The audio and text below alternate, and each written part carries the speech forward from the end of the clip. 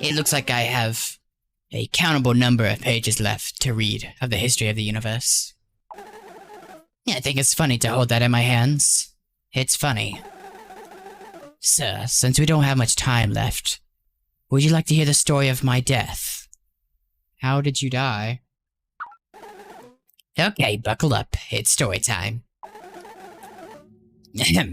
So, I was a handsome teen, a strapling lad, in the prime of my life. I'd been at a party thrown by a friend who lived alone up a mountain in his father's mansion down the road behind our school. Hardly anyone came but me and my other friend. It was great. Was no one else invited? Everyone was invited, but there was this rumor in our town of a possessed trucker that circled around that mountain. He's said to be looking for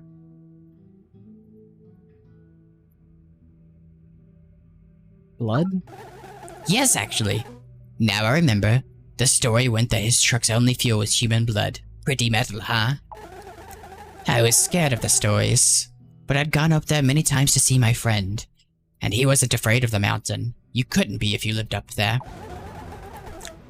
I got a ride home from my dad that night. He drove so fast I always held onto my seat. Oh no. There was fog, and our old jalopy's headlights barely worked. We got halfway down the mountain. That was when he kicked me out. What? Why? That's not important to the story. I've forgiven him for it now. Actually, I think I would have thanked him for it. Anyways, I could barely see, and my breath hung in the air. Did I mention it was winter? I spent an eternity walking down that mountain in the pitch dark. I thought about a lot of things.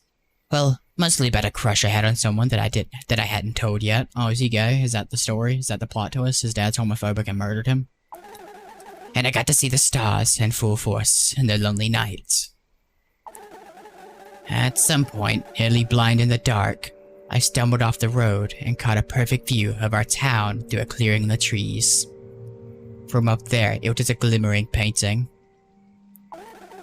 The mountain was so steep, I could lie down and watch the stars and see my town all at once. Sad shit a little bit. I could have lain there forever, but the dark clouds rolled in, and I was about to get soaked. So I got up and started running down the road. When I was almost off the slope of the mountain, two lights burst into view and raced towards me. I was blinded. A rusty semi-truck pulled up beside me. The door lurched open and I saw the barrel of a shotgun, but it was dark in the driver's seat. Shadowed from the moon, I heard a voice. It said, "Die?" Yes, it growled. Die. I was already pale and trembling from the bitter cold, but now I was pale and trembling double.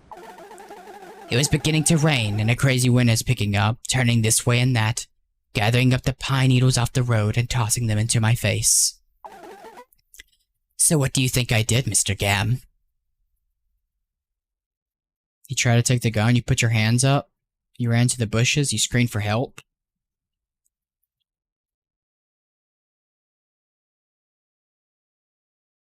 Try to run to the bushes? Doesn't matter. Just then, a giant pine fell and crushed me into one dimension. You didn't hear it? You got crushed by a tree? Yep, that tree turned me into an ick pancake. And that's the story of my death. What about the trucker? Sorry? I'm sorry. Oh, it's fine, sir. I would never have gotten to build this wondrous hotel if I was still alive.